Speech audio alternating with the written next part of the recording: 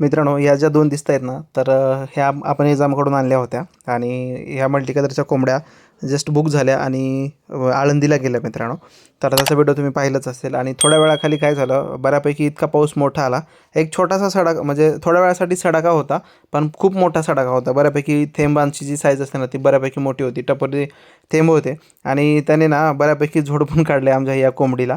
बाकी सगळे सेफ होते, पण ही कोंबडी थोडीशी बाहेर एक आपली पिलं वगैरे घेऊन इतर कोंबड्यांपेक्षा बाजूला राहते मित्रांनो. आणि ते काय झालं, इकडे काय आडोसा वगैरे नव्हता आणि बऱ्यापैकी पाऊस जोरात होता आणि सगळी पिलं पण भिजली आणि कोंबडी पण भिजली मित्रांनो.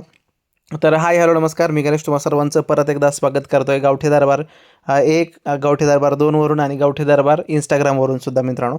तर ही जी पिलं आहेत ना, ही बंडूची कोंबडी आपण आणलेली आहे बंडूकडून आणि आपल्याकडे आता रुळली बऱ्यापैकी 9-10 महिने झाले असतील हिला आपल्याकडे आणून. आणि छान अंडी वगैरे घालते आणि हिनं ना खूप छान पिलं काढली मित्रांनो. पिलं काढायला एक नंबर क्वालिटीची कोंबडी आहे मित्रांनो ही. आणि बऱ्यापैकी हिच्या पाठीमागं खूप सारे पिलं दिसतात आणि मला वाटायचं की हिची पिलं बऱ्यापैकी मोठी आहेत, पण आत्ता लक्षात येते मित्रांनो, पाऊस पडल्यामुळे या पिलांची साईज खूप छोटी असते. म्हणजे पिलं फक्त पंख फुगल्यामुळे मोठे दिसतात आणि साईज बऱ्यापैकी लहानच असते त्यांची. आणि हे बघा, ही दुसरी कोंबडी जी आपण बाहेरून आणली आणि ह्या कोंबडीनं ही पिल्लं मित्रांनो ॲडॉप्ट केली आहेत, म्हणजे दत्तक घेतली आहेत. ह्यांची जी आई आहे ना, ती बऱ्यापैकी क्रूर निघाली. म्हणजे गेल्या खेपेला पण तिनं तसंच केलं होतं, आपली स्वतःचीच पिल्लं तिने मारले होते आणि मला नाईलाजानं त्या पिलांना दुसऱ्या कोंबडीखाली जबरदस्तीने ठेवावं लागलं आणि त्या पण कोंबडीनं ती पिलं स्वीकारली होती मित्रांनो. आणि ही ऑलरेडी दुसऱ्याची पिलं स्वीकारत होती, तर मग हिला विकत आणलं आणि मग हिच्या खाली ही पिलं दिली. एक दिवस थोडंसं गुरगुर करत होती, पिलं तर घेतली तिने लगेच पहिल्या स्टार्टिंगलाच, पण पिलं थोडंसं त्याच्या स्वतःच्या आईला मिस करत होती, चिवचिव करत होती.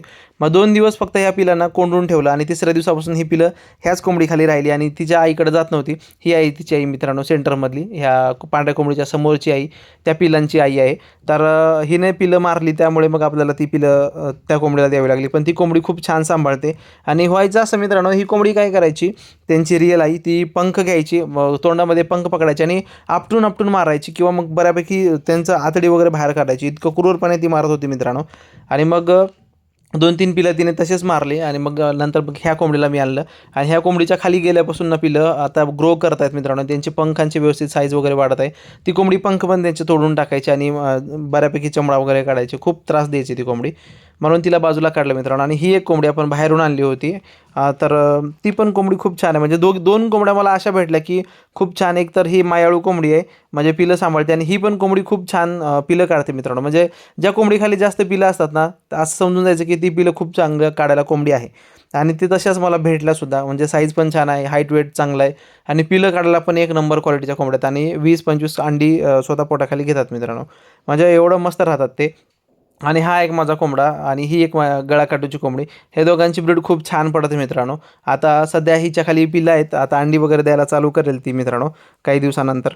म्हणजे ही पिलं ज्यावेळेस सोडेल त्यावेळेस मग ती अंडी वगैरे घालेल. मग त्यावेळेस आपल्याला एक टायमाची अंडी घ्यायची आहेत आणि नंतर मग सरांना द्यायचं आहे मित्रांनो आपल्याला ही कोंबडी. पण खूप सुंदर कोंबडी आहे आणि हिच्यापासून एक अशी कोंबडी मिळेल अशी माझी आशा आहे. बघूया अंड्यांमधून, हिने दिलेल्या अंड्यांमधून कसं पिलं निघतं काय नाही ते. आणि जर एखादी मादी निघाली तर खूप भारी. आपल्याकडे गळाकाटूचा नर निघाला मित्रांनो, तसा मादी तशी नाही निघाली. तर एकंदरीत ही पिलं कशी वाटते नक्की सांगा. आवडल्यास नक्की लाईक करा, शेअर करा आणि सबस्क्राईब करा. थँक्यू.